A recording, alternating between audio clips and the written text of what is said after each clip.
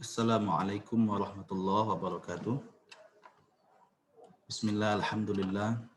Wassalatu wassalamu ala rasulillah wa ala alihi wa ashabihi wa mawala. La hawla wa la quwata illa billah amma ba'd. Baik, pada kesempatan kali ini saya akan menjelaskan tentang pengaruh mantik atau logika dalam pengembangan ilmu-ilmu keislaman. Namun sebelum kita menjelaskan lebih jauh, maka saya ingin menyampaikan sekelumit sejarah perkembangan logika atau ilmu mantik. Maka mantik atau lebih dikenal dengan logika itu sebenarnya dipelopori oleh tokoh-tokoh Yunani. Dan kalau kita melihat sejarah, maka yang paling pertama membuat atau mencetuskan logika itu adalah kaum sofis. Kenapa? Karena saat itu mereka selalu membuat argumen agar pendapat dan pemikiran mereka unggul, walaupun hal itu salah. Artinya saat itu mereka membuat argumen-argumen sehingga apapun pendapat dan pemikiran yang mereka hasilkan akan lebih unggul dari yang lain, walaupun itu salah. Lalu kemudian seiring zaman, seorang filsuf bernama Plato kemudian mencoba untuk memberikan argumentasi yang logis walaupun memang masih dalam tataran sederhana terkait logika. Dan akhirnya sampai pada masa Aristoteles sekitar 384 sampai 322 sebelum Masehi. Nah, Aristoteles inilah kemudian yang mengumpulkan dan mensistematisasikan logika itu dalam bentuk karya yang biasa disebut dengan organon. Itulah perjalanan logika kalau dilihat dari pandangan para filsuf sebelum Masehi. Lalu pada abad ke-7 Masehi, karya-karya Aristoteles ini kemudian dibaca dan diterjemahkan lagi ke dalam bahasa Arab oleh sarjana muslim, termasuk karyanya tentang logika. Maka kalau kita bertanya siapa sebenarnya bapak logika, maka yang muncul adalah Aristoteles. Kemudian pada abad ke-7 digali atau dibaca oleh para sarjana muslim. Di antaranya adalah Al-Kindi, kemudian ada Al-Farabi, dan kemudian ada Ibnu Sina, atau yang lebih kita kenal dengan bapak kedokteran. Selanjutnya Al-Farabi membagi logika yang ia sari dari logikanya Aristoteles menjadi 8. Pertama adalah kategoris atau dalam bahasa Arabnya ma'kulat. Apa itu ma'kulat? Yaitu membahas mengenai kaidah-kaidah yang mengatur pengetahuan atau gagasan dan lafal-lafal sederhana yang menyatakan pengetahuan-pengetahuan tersebut. Nah, itu adalah logika kategoris atau ma'kulat. Lalu kemudian ibarah atau interpretation, yaitu kaidah yang mengatur pernyataan atau proposisi sederhana yang tersusun atas 2 atau lebih pengetahuan sederhana. Nah, itu adalah bagian kedua yang diterjemahkan atau dibagi oleh Al-Farabi terkait logika. Yang ketiga adalah kias atau prior analitik, yaitu kaidah silogisme umum bagi 5 seni. Pertama, silogistik demonstratif atau dalam bahasa Arab disebut burhan. Yang kedua adalah dialektis atau jadal. Yang ketiga, sofistik atau safsati.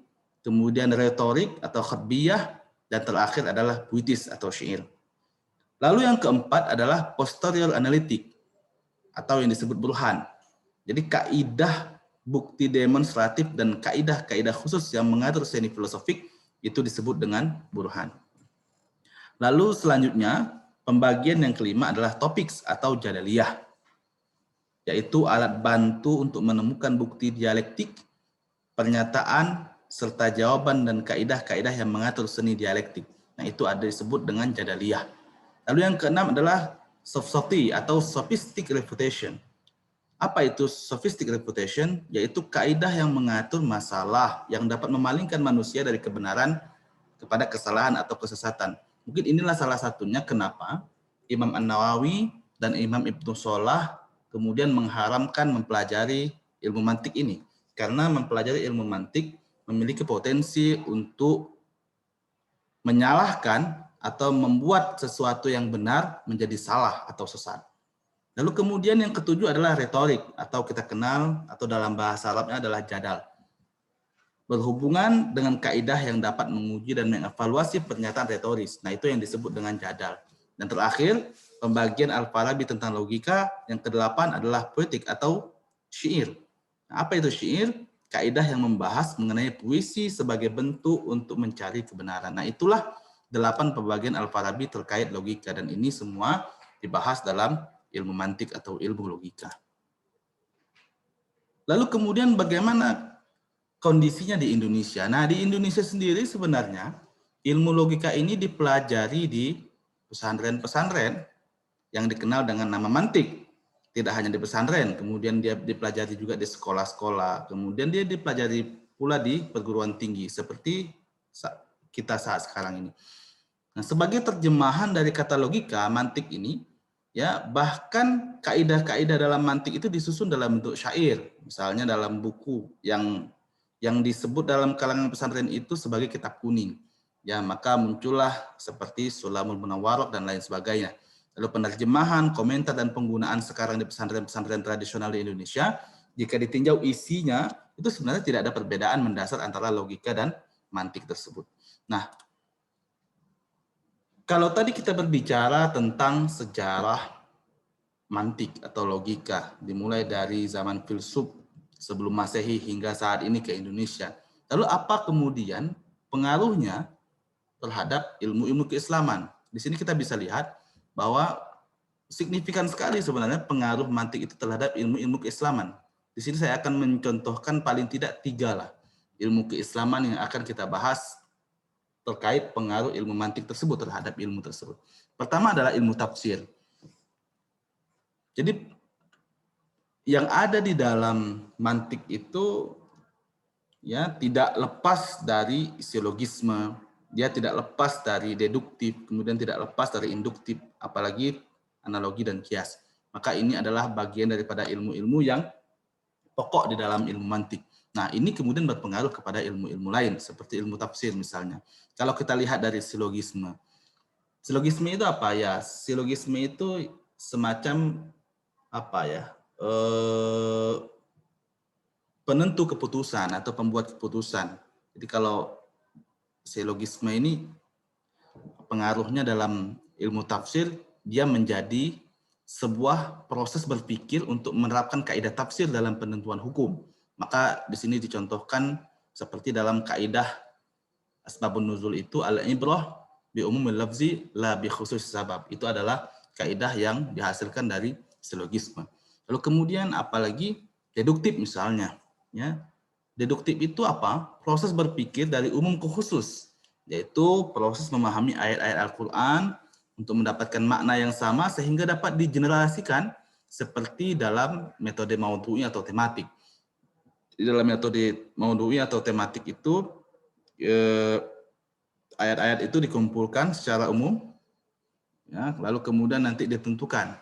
Nah, itu adalah proses berpikir dari umum ke khusus. Kemudian induktif.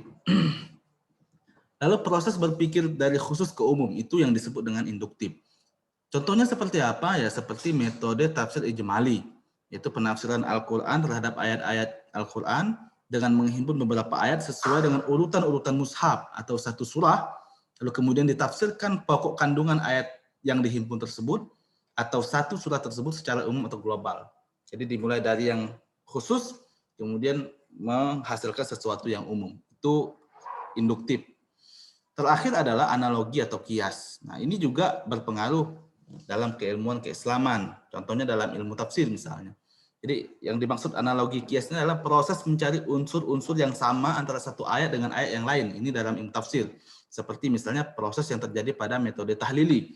Bahwa penafsiran itu dimulai dengan mengungkapkan arti kosakata, kemudian menjelaskan arti secara global. Setelah itu diungkapkan dan diuraikan secara rinci berdasarkan kesesuaian atau munasabah antar ayat dan sebab-sebab turunnya ayat. Nah, jadi ayat itu kemudian dicari analoginya atau kiasnya. Nah, itu adalah pengaruh daripada ilmu mantik terhadap ilmu tafsir. Lalu yang kedua adalah pengaruhnya terhadap ilmu usul fiqh. Adakah pengaruhnya? Ada tentu. Kalau kita lihat dari silogisme misalnya, kita cari proses penarikan kesimpulan dari premis mayor dan premis minor. Dalam usul fiqh ini dikenal dengan illah, yang kemudian dapat diposisikan sebagai premis minor. Illah dimaksud adalah suatu sifat yang nyata dan berlaku setiap kali suatu peristiwa terjadi dan sejalan dengan tujuan penetapan hukum dari sebuah peristiwa. Contohnya, misalnya Al-Quran itu memerintahkan berbuat baik kepada orang tua dan jangan mengatakan kepada keduanya. Nah, larangan tersebut secara nyata mengandung arti illah, larangan menyakiti keduanya. Jadi hukum memukul orang tua itu dikiaskan kepada larangan tersebut karena adanya kesamaan illah, yaitu sama-sama menyakiti. Memang teks ayat Al-Quran itu hanya mengatakan jangan mengatakan tapi kemudian ya hukum memukul orang tua itu kemudian ya berkembang menjadi ya asalnya secara teks itu saja tidak boleh, apalagi memukul, karena ilahnya apa? Ilahnya sama-sama menyakiti, baik mulai dari perkataan maupun perbuatan, intinya sama-sama menyakiti. Jangankan jangankan memukul atau menyakiti orang tua secara fisik, ya mengatakan kepada orang tua saja dilarang. Kemudian deduktif misalnya. Deduktif ini proses pengistimbatan hukum dari nas-nas yang telah ada dalam Al-Quran, seperti diharapkannya makan daging babi. Nah itu kan kalau kita mengambil hukum dari Al-Quran tentang pelarangan makan daging babi itu kan diambil dari proses ayat yang global, kemudian menjadi tertentu dia nanti.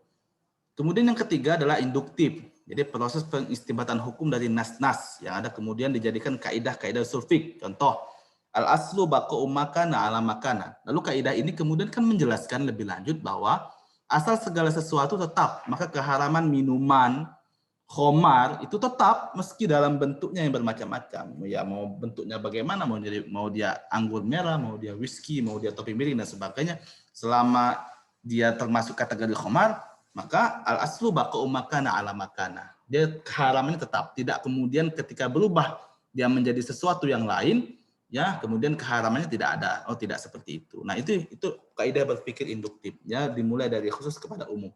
Terakhir adalah analogi kias. Jadi metode kias ini digunakan dalam mengistimbat atau menetapkan kesimpulan hukum Islam yang banyak digunakan ulama usul fiqh ketika hukum suatu kasus tidak dijumpai dalam nas atau teks ayat Al-Quran atau hadis, itu tidak dijumpai misalnya. Nah, seperti ayat tentang perintah menghentikan jual beli ketika azan sholat Jumat, nah, misalnya setelah dikumandangkan.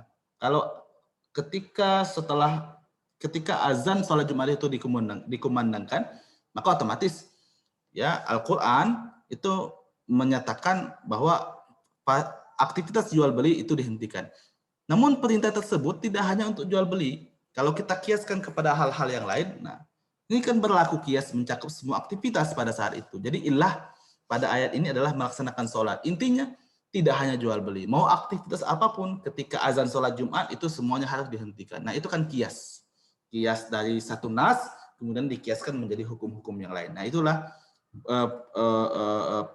pengaruh dari ilmu mantik terhadap ilmu-ilmu keislaman. Lalu terakhir adalah ilmu kalam. Kalau kita contohkan di sini seperti silogisme, ya di sini contohnya Mu'tazilah maupun Asy'ariyah menggunakan premis-premis silogisme dalam membuat argumentasi ilmu kalam.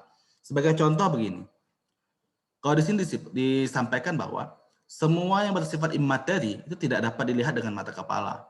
Lalu Tuhan itu bersifat imateri. Maka pernyataan yang didapat dari premis minor dan premis mayor ini adalah maka Tuhan tidak dapat dilihat dengan mata kepala. Itu adalah pendapat Mu'tazilah. Lalu berbeda nanti dengan Asy'ariyah, ini dalam ilmu kalam ya. Semua yang memiliki wujud dapat dilihat. Nah, Tuhan memiliki wujud, maka Tuhan dapat dilihat. Nah, cuman nanti konteksnya berbeda. Kalau Mu'tazilah memang mau di dunia ataupun di akhirat, ya itu Tuhan karena dia bersifat imateri maka tidak dapat dilihat. Berbeda nanti Asy'ariyah, Karena Tuhan itu memiliki wujud, maka Tuhan dapat dilihat. Hanya saja tidak di dunia, nanti tapi di akhirat. Maka menurut Asy'ariyah, di akhirat nanti kita manusia bisa melihat Tuhan. Jadi itu perbedaan, dan itu dihasilkan daripada silogisme, ya, gabungan antara premis minor dan premis mayor kemudian menjadi sebuah keputusan. Lalu yang kedua adalah deduktif. Apa contohnya? Misalnya begini. Aliran-aliran dalam ilmu kalam itu kan menggunakan pendekatan deduktif karena memang sifat ilmu ini mengkaji tentang ketuhanan. Nah, seperti bahasan sifat-sifat Tuhan, ya, wujud Tuhan, kehendak Tuhan. Nah, itu kan sifatnya deduktif, dimulai dari yang umum kemudian mengkerucut kepada yang khusus. Nah, itu deduktif. Itu model pengaruh yang diberikan ilmu mantik kepada ilmu-ilmu keislaman, terutama ilmu kalam. Kemudian induktif. Apa itu induktif? Jadi proses menarikan kesimpulan dilakukan dengan mengumpulkan ayat-ayat yang memiliki makna yang sama. Jadi, contohnya di sini adalah seperti aliran Qadariyah. Maka ayat-ayat yang dikumpulkan tentu ayat-ayat tentang qadar saja atau tentang kebebasan manusia saja. Begitu juga kebalikannya, Jabariyah akan mengumpulkan ayat-ayat tentang fatalisme atau determinisme saja. Nah, itu kan sebuah contoh dari ilmu kalam. Lalu bagaimana kemudian proses pengambilan, proses pembahasan dari khusus kepada umum. Jadi yang dilihat adalah, yang diambil adalah tentang ayat-ayat qadar saja, kemudian ayat-ayat tentang kebebasan manusia saja, kemudian berkembang menjadi lebih umum. Terakhir adalah analogi atau kias. Nah, analogi atau kias digunakan dalam ilmu kalam untuk menafsirkan atau menakwilkan ayat-ayat tentang antropomorfisme. Seperti contoh kata tangan Allah, yadullah fawqa aydihim misalnya. Nah, lalu apakah yang dimaksud dengan tangan Allah itu? Apakah ia seperti tangan manusia atau tangan makhluk atau ada makna lain? Nah, ini kan kias. Kalau kita lihat secara tekstual, yadullah fawqa aydihim. Kalau maknanya tekstual, maka maknanya tangan Allah seperti tangan-tangan mereka. Tapi kan Allah tidak bisa disamakan dengan makhluk. Allah tidak bisa disamakan dengan manusia. Maka yang terpikir adalah bukan tangan seperti tangan manusia. Maka untuk menghindari hal-hal seperti itu, maka dikiaskan. Ya, biasanya apa pengkiasan terhadap tangan itu? Tangan itu biasa identik dengan kekuatan, kekuasaan. Maka dikiaskan kepada kekuasaan. Maka artinya yadullah fawqa aydihim bukan tangan Allah di atas tangan-tangan mereka, tapi menjadi kekuasaan Allah di atas kekuasaan mereka. Nah, itulah adalah bentuk daripada pengaruh ilmu mantik terhadap ilmu keislaman. Tadi membahas ilmu tafsir, kemudian usul fiqh, dan terakhir adalah ilmu kalam. Lalu kemudian terakhir, saya rasa tradisi berpikir logis yang diwariskan para filsuf muslim dalam bentuk mantik atau kita kenal dengan logika ini telah berperan memang dalam pembentukan ilmu-ilmu keislaman. Nah, seperti yang saya sebutkan tadi bahwa seperti ilmu tafsir, ilmu kalam, usul fiqh, yang memang kebanyakan diajarkan di pesantren-pesantren, kemudian sekolah-sekolah dan perguruan tinggi Islam di Indonesia. Lalu mantik ini memiliki pengaruh dalam pengembangan ilmu-ilmu keislaman. Pengaruh itu teridentifikasi melalui kaidah-kaidah mantik yang mencakup prinsip silogisme, kemudian prinsip metode deduktif, kemudian prinsip metode induktif, serta analogi dan kias.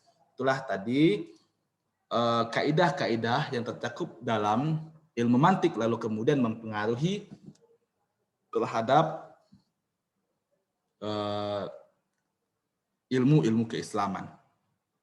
Mungkin cukup sampai di sini yang dapat saya sampaikan. Mudah-mudahan dapat menambah pengetahuan kita semua. Saya akhiri. Wassalamualaikum warahmatullahi wabarakatuh.